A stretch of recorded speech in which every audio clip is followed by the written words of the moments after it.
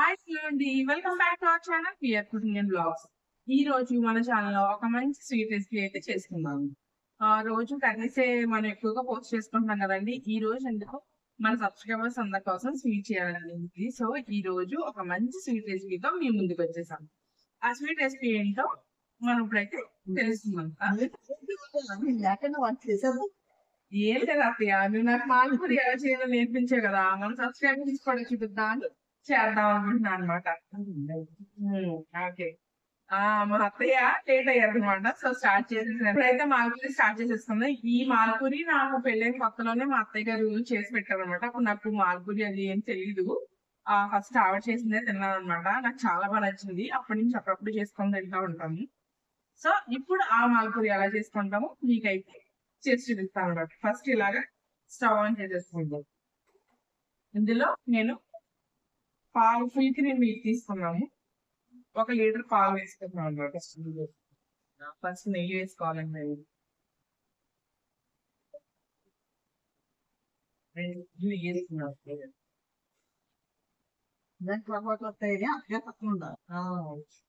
ఇలాంటి పొరపాట్లు చేస్తే అత్తగారు పక్కనే ఉంటారు, కానీ కోడలు అప్పుడప్పుడు చేస్తూ ఉంటారు. వాళ్ళ మీద ప్రేమ. ఇప్పుడైతే పాలు పోసేస్తున్నాను.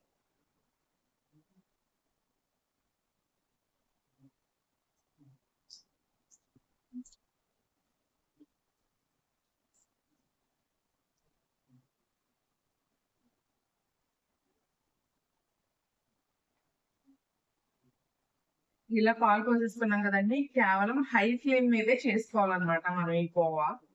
ఎందుకంటే పాల మీద మేగ పెట్టేసింది అనుకోండి, మనకి కోవాకి ఉండాల్సిన సాఫ్ట్ స్ట్రక్చర్ ఉండదు అనమాట. సో కోవా చేసుకోవాలి అనుకుంటే హై ఫ్లేమ్ లోనే పెట్టుకొని చేసుకోండి.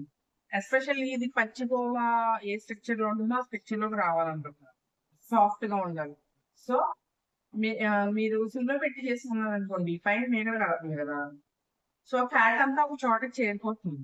ఇట్లా మీరు హై ఫ్లేమ్ లో పెట్టి కలుపుకుంటూ చేసుకున్నట్టయితే ఈవెన్ గా ఫ్యాట్ అంతా ఆ పాలలో స్ప్రెడ్ అవుతుంది అనమాట. అప్పుడు ఏంటంటే మనకి కోవా అంతా ఈవెన్ స్ట్రక్చర్ లో ఉంటుంది. అందుకని కోవా ఎప్పుడు హై ఫ్లేమ్ లో పెట్టుకొని చేసుకోండి. కలుపుకుని కోవాని అయితే ఇలా హై ఫ్లేమ్ లో పెట్టుకొని చక్కగా నిదానంగా కలుపుకుంటూ చేసేసుకున్నాం. ఇక్కడ మనకి కోవా రెడీ అయ్యేలోపు ఇంకో పక్క మనం పంచదార పాకాన్ని కూడా రెడీ చేసేసుకుందాం. అప్పుడు మనకి టైం కూడా సేవ్ అవుతుంది అనమాట. ఇప్పుడు ఆ పంచదార పాకం ఎలా చేయాలో ఇప్పుడు చూసేద్దాం.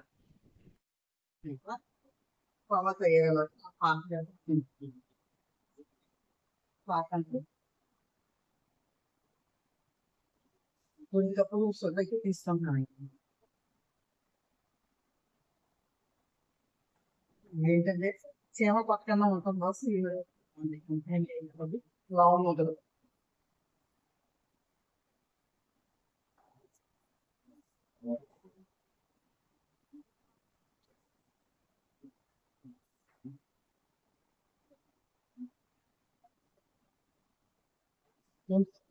బాకి 2 పక్కన వీలేదు. మనం గులాబ్ జామ్ పాకం వచ్చేసారండి. అంతే అంటే సార్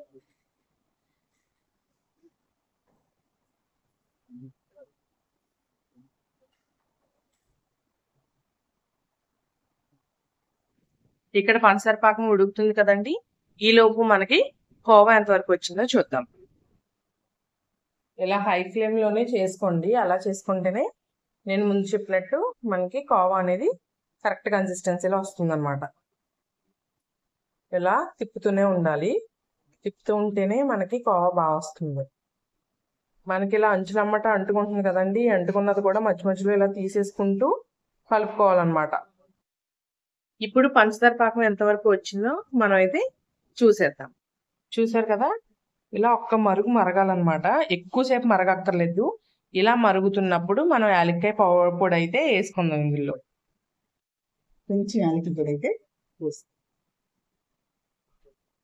వేసుకొని బాగా ఒక్కసారి ఒక 2 నిమిషాలు మరిగించి కట్టేసుకోండి. ఈ కన్సిస్టెన్సీ ఉంటే సరిపోతుంది. పాకం అయిపోయిన తర్వాత మూత పెట్టి పక్కన పెట్టేసుకోండి. ఇదిగోండి కోవా మనకి పాలు అయితే సగం మరిగిపోయి ఉన్నాయి అనమాట. దగ్గర పడిపోతుంది. షుగర్ సిరప్ కూడా మనకి రెడీ అయిపోయింది.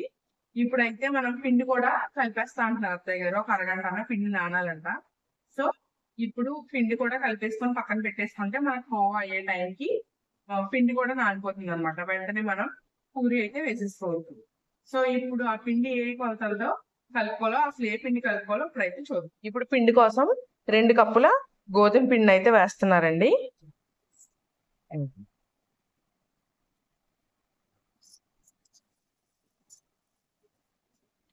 ఇప్పుడు అరకప్పు మైదా పిండి. ఇప్పుడు ఇందులో 2 స్పూన్లు పంచదారండి. అండ్ అలాగే చిటికెడంతా ఉప్పు.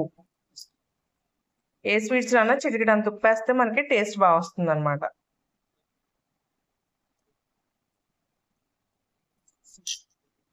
ఇవన్నీ బాగా కలుపుకోండి. నీళ్లు కొద్ది కొద్దిగా పోసుకుంటూ కలుపుకోండి.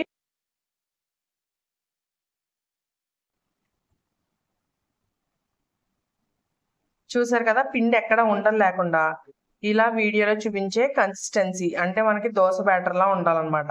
అలా ఉంటే మనకి పూరీలు చాలా బాగా వస్తాయి.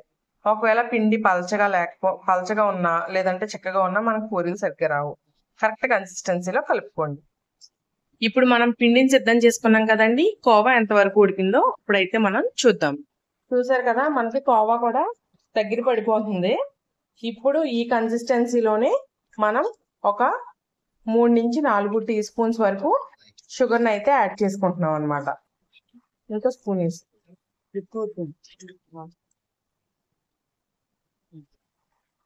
సో 3 నుంచి 4 టీ స్పూన్లు షుగర్ వేసుకున్నాం. ఈ షుగర్ కరిగేంత వరకు ఉంచి మనం కొంచెం దగ్గర పడిన తర్వాత స్టవ్ ఆఫ్ చేసేసి అయితే మనం పూర్తిగా చల్లారనిచ్చుకుంటే మనకు కోవా రెడీ అయిపోతుంది.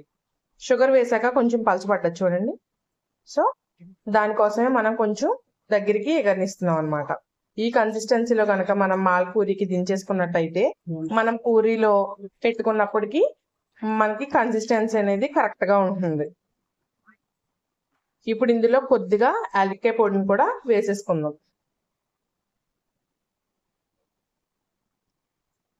సో చూసారు కదా, ఈ కన్సిస్టెన్సీ వస్తే మనకి సరిపోతుంది అనమాట.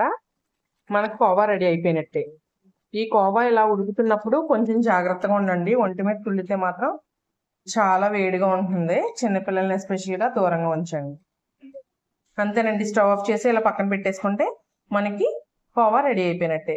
ఒకవేళ కోవా మిగిలినా మనకేం ప్రాబ్లం లేదు. విడిగా స్వీట్లా తిన్నా కూడా చాలా బాగుంటుంది. ఓకే అండి.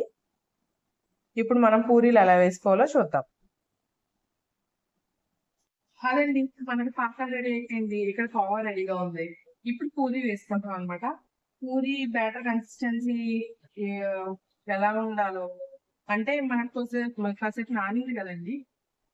కాసేపు నానింది కాబట్టి ఇది కొంచెం టైట్ అయింది. పిండి నాని టైట్ అయింది. కొంచెం వాటర్ వేసుకొని నేను దోశ బ్యాటర్ లా కలుపుకున్నాను. చూసారు, ఇలాగా గరిట ముంచి తీస్తే లైట్ గా మనకి ఒక కోటింగ్ ఉండాలన్నమాట. ఇలా ఉంటే మనకి పూరీలు అనేది కరెక్ట్ గా వస్తుంది. మనకి వాటర్ కూడా కరెక్ట్ గా ఈ కొలతను ఉండదండి కలుపుకోవడానికి. ఎందుకంటే ఒక్కొక్క కంపెనీ పిండి ఒక్కొక్కలాగా వాటర్ పీల్చుకుంటుంది. సో పిండిని బట్టి కూడా వాటర్ కంటెంట్ అనేది మారిపోతూ ఉంటుంది. అందులో దాన్ని బట్టి మీరు ఆ పిండిని బట్టి వాటర్ అడ్జస్ట్ చేసుకోండి. మన కన్సిస్టెన్సీ అయితే ఇలా ఉండాలి. ఫైనల్ అలాగా చూసుకొని కన్సిస్టెన్సీ చూసుకొని కలుపుకోండి. వాటర్ కలిపి పెట్టుకొని నేను వేసాను వాళ్ళకి అలా వచ్చిందాక ఇలా వచ్చిందని బాగా. ఓకేనండి. ఇప్పుడైతే పూరీలు ఎలా వేసుకోవాలో చూద్దాము. ఆయిల్ కూడా కాగిపోయి ఉంది. ఆయిల్ ఎప్పుడు హీట్ గా ఉండాలి పూరీలు వేసుకోవడానికి. సో ఇప్పుడు మీకు పూరి అనేది ఎలా వేయాలి చూద్దాం. ఇప్పుడు నూనె అనేది మనకు బాగా కాగిపోయి ఉందండి. ఇప్పుడు పూరి వేసేసుకోండి. ఒకే చోట అలా వేసేసుకుంటే మనకి సరిపోతుంది అనమాట. ఏమాత్రం స్ప్రెడ్ చేయక్కర్లేదు. మనకి గోల్డెన్ బ్రౌన్ కలర్ వచ్చే వరకు వేయించుకోవాలన్నమాట. చూసారు కదా, ఇలా గోల్డెన్ బ్రౌన్ కలర్ రావాలండి రెండు వైపులా.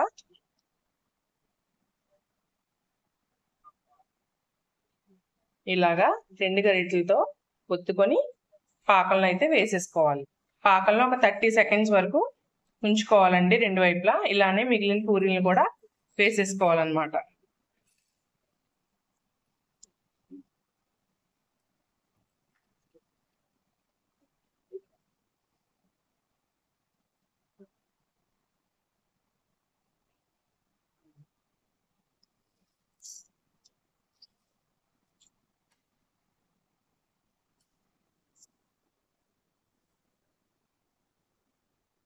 ఇలా చేసుకున్న పావాన్ అయితే అప్లై చేసుకోండి ఇలాగా.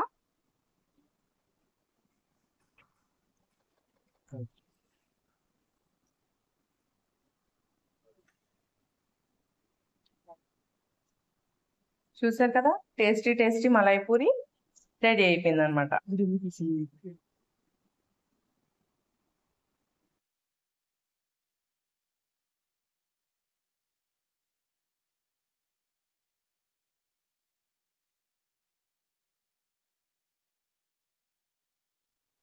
చూసారు కదండి మన ఈ రెసిపీ. మీకు ఎలా అనిపించిందో కామెంట్ చేయడం మాత్రం మర్చిపోకండి. స్వీట్ అయితే చాలా బాగుంది.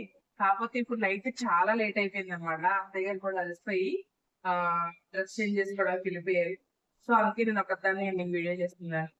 సో ఇదండి మన రెసిపీ.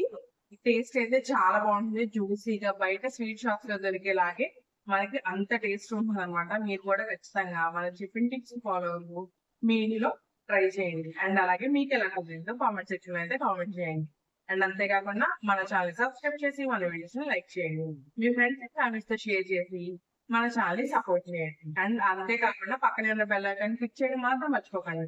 అప్పుడే మనం చేసే వీడియో నోటిఫికేషన్స్ మీ వరకు వస్తాయి. సో ఇదండి మన వీడియో. మీకు నచ్చినట్టయితే ఖచ్చితంగా లైక్ చేయడం మాత్రం మర్చిపోకండి. మరో వీడియోతో నేను ముందుకు వచ్చేస్తాను.